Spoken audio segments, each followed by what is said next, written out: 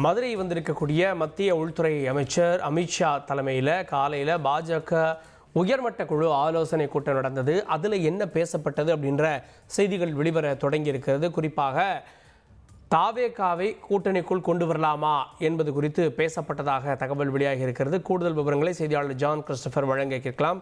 John Christopher, வணக்கம். இந்த ஆலோசனை கூட்டத்தில் யாரெல்லாம் பங்கெடுத்தாங்க, என்னென்ன விஷயங்கள் பேசப்பட்டதாக தகவல்? வணக்கம்.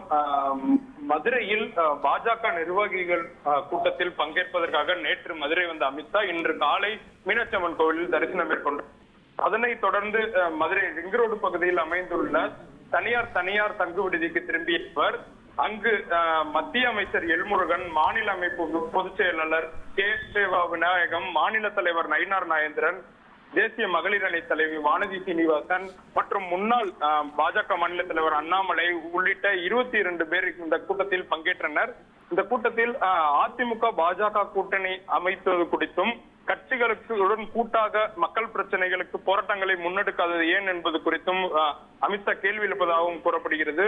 மேலும் கட்சியினர் சுணக்கமாக உள்ளனர், அவர்கள் விரைந்து வேலைகளை செய்ய வேண்டும் எனவும் அவர் அறிவுறுத்தியதாக கூறப்படுகிறது.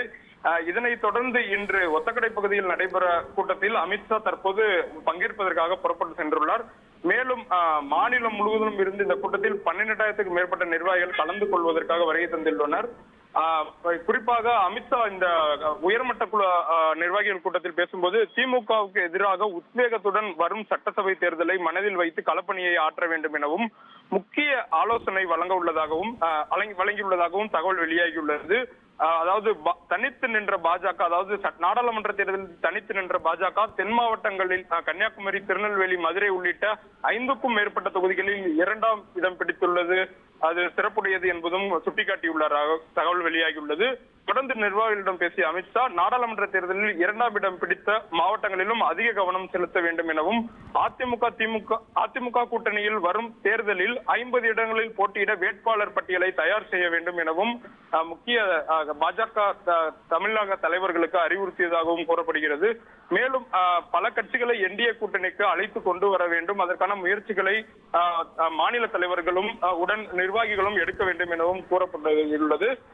குறிப்பாக வருகிற 2026 சட்டமன்ற தேர்தலில் கூட்டணி கட்சிகள் வெற்றி பெற கடுமையாக பாஜகவினரை உழைக்க வேண்டும் எனவும் நிர்வாகிகளுக்கு ஆலோசனை வழங்கப்பட்டதாக கூறப்படுகிறது. குறிப்பாக தமிழக வெற்றி கழகத்தின் தலைவர் விஜயை நேரடியாக அவரது கூட்டணிக்கு அழைக்க வேண்டும் என்பது போலவும் அங்கு பேசப்பட்டதாகவும் தகவல் தற்போது வெளியாகியுள்ளது. 2026 தேர்தலுக்கு இன்றும் 10 மாதங்களே உள்ள நிலையில் பாஜகவின் தேர்தல் நகர்வுகள் வேகமாக உள்ளதாகவும் அரசியல் வட்டாரங்கள் பேசப்பட்டு வருகிறது. குறிப்பாக தற்போது இந்த கூட்டம் நிறைவடைந்து தற்போது அமித்ஷா ஒத்தக்கடை பகுதியில் நடைபெற்று வரும் பாஜக நிர்வாகிகள் கூட்டத்திற்குள் பங்கேற்பதற்காக புறப்பட்டு சென்றுள்ளார். செய்திகளை உடனுக்குடன் தெரிந்து கொள்ள உடனே சப்ஸ்கிரைப் பண்ணுங்க.